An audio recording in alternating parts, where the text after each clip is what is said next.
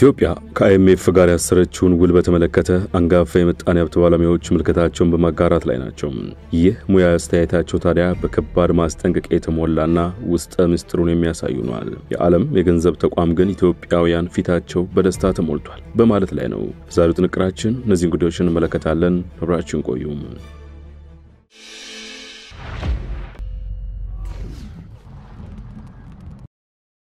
አንጋፋው የምጣኔ ሀብት ባለሙያ ክቡር ገና ኢትዮጵያ ከዓለም አቀፉ የገንዘብ ተቋም አይኤምኤፍ ጋር ያላትን ግንኙነት በተመለከተ ከአጋሜ የተጠጋ ቁልቋል ሲያለቅስ ይኖራል በሚል ርዕስ ሰፊ መጣጥፍ አሰራጭቷል። ከአጋሜ የተጠጋ ቁልቋል ሲያለቅስ እንደሚኖረው ሁሉ ከዓለም አቀፉ የገንዘብ ተቋም አይኤምኤፍ የተጠጋም ሀገር ያለ ጥርጥር ሲያለቅስ ይኖራል። ከአይኤምኤፍ ተጠግተው ሲያለቅሱ የኖሩ በርካታ ሀገራትን መጥቀስ ቢቻልም አርጀንቲና፣ ግብጽ፣ ናይጄሪያና ዛምቢያ ጥሩ ማሳያዎች ናቸው። አሁን ደግሞ ተራው ኢትዮጵያ ነው። በቅርቡም የተቋሙ ዋና ዳይሬክተር ክሪስታሊና ጆርጂያቫ ኢትዮጵያን ጎብኝተው በአዲስ አበባ ከተማ በሄድኩበት ቦታ ሁሉ የማየው በፈገግታ የተሞላ ፊት ነው ማለታቸው አይዘነጋም። የምጽት ለአብዛኛው ኢትዮጵያዊ የሚያምፌዝ ነው። የተቋሙ ኢኮኖሚያዊ ትንታኔም ልክ የዳይሬክተሯን አስተያየት የመሰለ ነው። ጸሐፊው ፌዝ ሲሉ የገለጹት የዳይሬክተሯ ንግግር ተከታዩ ነው። I also want to use the chance that the members of the media are here to thank the people of Ethiopia. Everywhere I go, I see smiling faces and the beauty of people and the country really touches my heart. አይኤምኤፍ ለሁሉም በሽታዎች አንድ አይነት መድኃኒት ከሚያዝ ሐኪም ጋር ይመሳሰላል የሚሉት ክቡር ገናም ለሁሉም የሚያዛቸው መድኃኒቶች ደግሞ ወጪ መቀነስ፣ የውጭ ምንዛሪ ተመንን በገበያ ዋጋ መሰረት ማድረግ፣ ገበያ ሁሉንም ነገር እንዲወስን ማድረግ ናቸው። አይኤምኤፍ ያንን ሁሉ ኤክስፐርቶችና ሊቃውንትን አሰባስቦም እንኳን የሚያሻሽለው ወይም የሚቀይረው ነገር የለም። እንዲያውም ችግሩን ሲያባብሰው ነው የሚታየው። የኢትዮጵያ ኢኮኖሚያዊ ቀውስ በተቋሙ የግብር ይውጣ እርምጃ መፍትሄ የሚያገኝ ቀላል ራስ ምታት አይደለም። የኢትዮጵያ ኢኮኖሚ ገደላ አፋፍ ላይ የቆመ ሲሆን አይኤምኤፍ ደግሞ ለሀገሪቱ መፍትሄ ብሎ ያቀበለ ያለው የተቀዳደደ ፓራሹት ነው ሲሉ ገልጸውታል። ሀተታቸውን በጥልቀት የሚያስረዱት ጸሐፊው ሐምሌ 1 ቀን 2016 ዓ.ም ይፋ በተደረገው በገበያ ላይ የተመሰረተ የውጭ ምንዛሪ ተመን ስርዓትን ጀምር ይላሉ። ይህ ብርን የማንሳፈፍ እርምጃ የኢትዮጵያን ኢኮኖሚ ከነበረበት ቦታ ወድቆ እንዲፈጠፈጥ ነው ያደረገው። በዚህ እርምጃ የብር የመግዛት አቅም በ100% እንዲዳከም ሆኗል። ይህም እንደ ድል ተቆጥሮ መደበኛው የዶላር ምንዛሪ ከትይዩ ገበያው እኩል ሆነ ተብሎ ከበሮ ተደለቀ። ገበያውም ተረጋጋ ተባለ። ሆኖም ግን ገበያው ተረጋግቶ ሳይሆን ውሃ ሲወስድ አሳስቆ እንደሚባለው ሆኖ ነው። ተቋሙ እርምጃውን ቢያወድስም እንደ ኢትዮጵያ ኢኮኖሚክስ ማህበር ያሉ ተቋማት ግን የአይኤምኤፍን ሐሳብ አልገዙትም። ማህበሩ በሩብ ዓመቱ የማክሮ ኢኮኖሚ ትንተናው ሀገሪቱ የገጠማት ችግር ሁሉን አቀፍ የኢኮኖሚ መንኮታኮት ሳይሆን የውጭ ምንዛሪ እጥረት መሆኑን ጠቅሶ ይህም ችግር እንደ ጊዜያዊ ችግር እንጂ ስር የሰደደ መዋቅራዊ ችግር ተደርጎ መታየት እንደሌለበት አመልክቷል። የዓለም አቀፉ የገንዘብ ተቋም ግምገማ ግን ከዚህ በተለየ መልኩ የኢትዮጵያ ኢኮኖሚ ችግር ዘርፈ ብዙና ሁለንተናዊ መሆኑን ጠቅሶ በገበያ የተመሰረተ የውጭ ምንዛሪ ተመን ስርዓትን ጨምሮ የወጪ በጀትን መቀነስና ሌሎች ማሻሻያዎችን የሚያካትት የማክሮ ኢኮኖሚ ማሻሻያ አስፈላጊ ነው ሲል ይተነትናል። ዋና ዳይሬክተሯ ከገንዘብ ሚኒስትሩ አህመድ ሽዴ ጋር ሆነው በሰጡት የጋራ ጋዜጣዊ መግለጫ ግን ተቋማቸው በኢትዮጵያ እምነት አሳድሯል ሲሉ ይሞግታሉ። እንደዚያም ነው ቢሊዮን ዶላሮች እየተበጀቱት ሲሉም ይከራከራሉ። IMF has shown trust in Ethiopia. Ethiopia is proving that it earns this trust. The largest concessional program we have ever financed, $3.5 billion, is to support the transformation of the Ethiopian economy to move firmly in exchange rate regime that allows businesses to flourish, to eliminate obstacles to private sector investments, so more jobs can be created and the country can see better standard of living. ክቡር ገና በውጤቱም የዋጋ ንረቱ ሰማይ ነካ፣ የገቢ ንግድ ዋጋ ጥፍ ሆነ። አይኤምኤፍ ድረስልን ብሎ ያልጋበዘው ኢትዮጵያ ሕዝብ በመጠነኛ ገንዘብ ይሸምቶ የነበረው ሸቀጥ ዋጋ የትየለሌ ሆነ ቢሉም ዋና ዳይሬክተሯ ግን የዋጋ ንረቱ ቀንሷል፣ እድገቱም እኛ ከተነበየነው በላይ ነው ሲሉ አወድሰዋል። The rest of disbursements so they can be most impactful to accompany the policies you are putting in place. Second, when we look at the achievements so far, there is a lot for Ethiopia to be proud of. Last year's growth exceeded projections significantly. We were projecting 6.1%. The country ended with 8.1% GDP growth, and it is because of freeing space for private initiative and for higher productivity in agriculture, in industries, in services.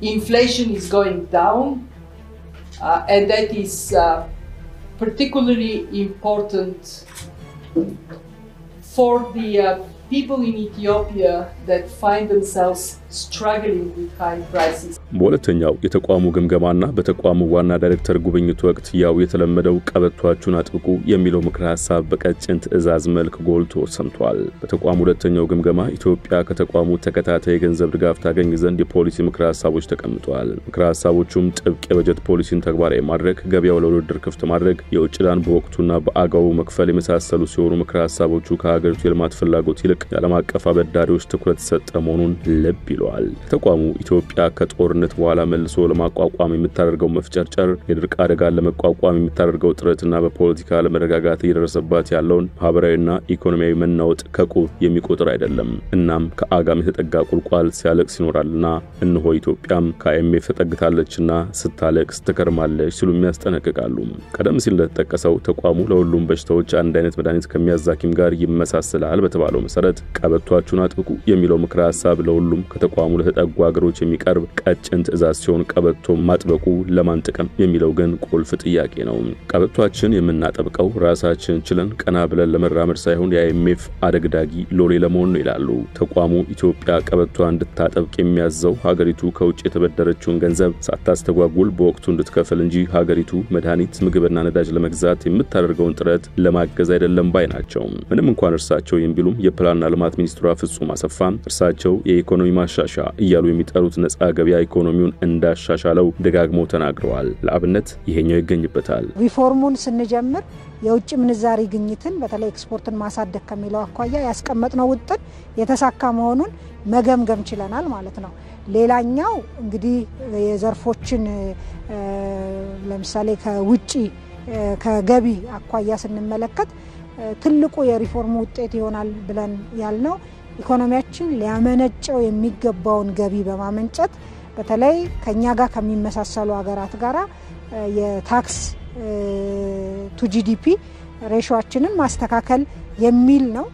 ከዚያ አኳያ ከአምና ጋር ሲወዳደር ከ60% በላይ በአጠቃላይ በገቢ ማለት ነው።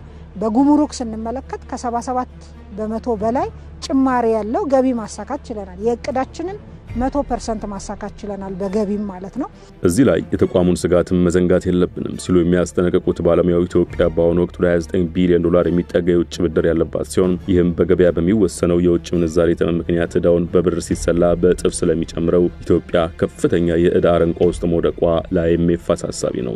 ዛምቢያ እንደ አውሮፓውያን አቆጣጠር በ2020 ብድሯን መክፈል ተስኗት አጉራጥናኝ ማለቷን ተቋሙ አይረሳውም። ተቋሙ አሁን እየሰራ ያለው ኢትዮጵያም እንደ ዛምቢያ በብድር ጫናው ሳቢያ አልቻልኩም ብላ በዝረራ ከመውጣቷ በፊት እንደምንም ደጋግፎ ተንፋሷን በማቆየት ዕዳዋን ለአበዳሪዎቿ እንድትከፍል ማስቻል ነው።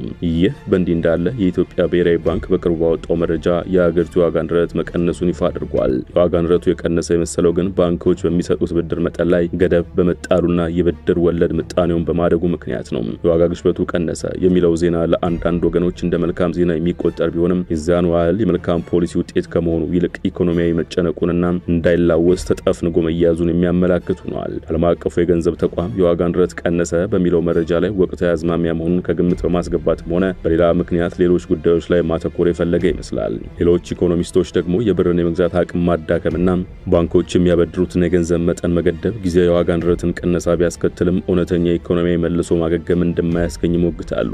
ይልቁንም ባንኮች በሚያበድሩት ገንዘብ ላይ ገደብ መጣሉና በዚህም እርምጃ የዋጋ ንረቱ ቢቀንስ እንኳን የኢኮኖሚ መኮማተር የማይቀር አሉታዊ ውጤት ሆኖ ይከሰታል። ይገኛል። እዚህ ላይ መነሳት ያለበት ጥያቄ ኢትዮጵያ ለንግድና ኢንቨስትመንት የሚያስፈልገውን ብድር አግዳና የቢዝነስ ፍላጎቶችን ገድባ ኢኮኖሚው ሳይንኮታኮት እስከ መቼ ትዘልቃለች የሚለው ነው።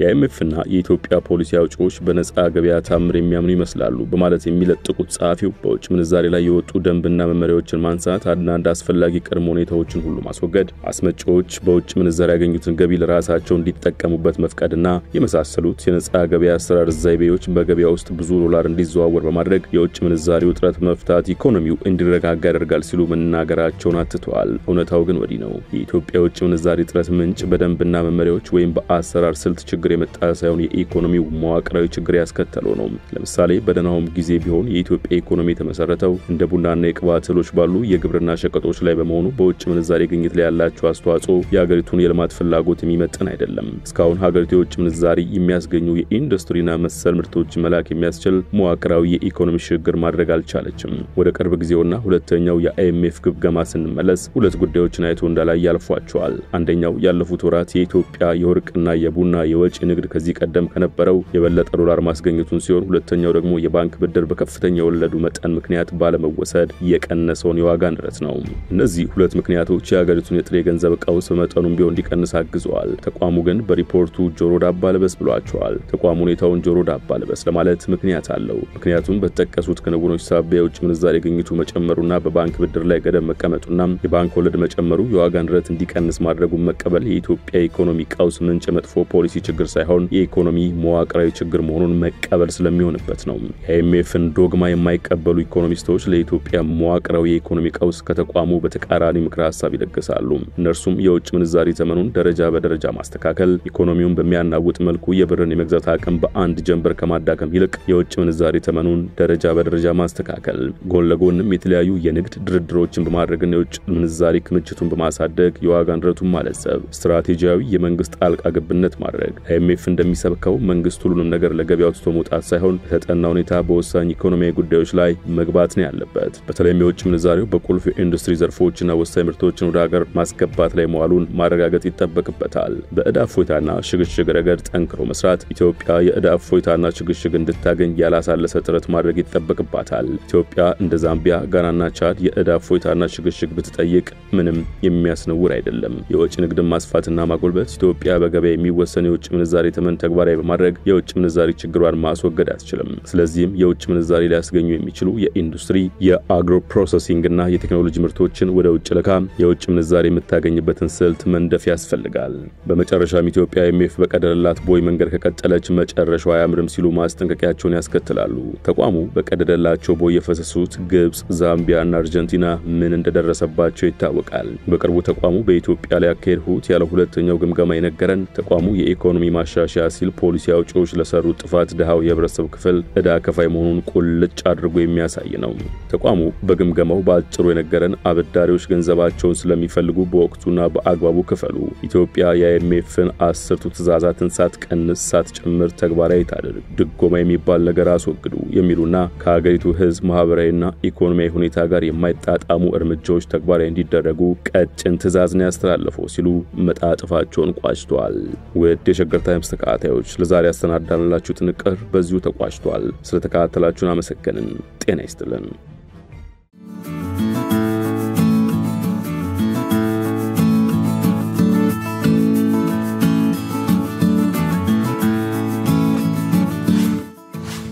ሸገር ታይምስ ሚዲያን ሰብስክራይብ በማድረግና ደወሉን በመጫን ይከተሉን።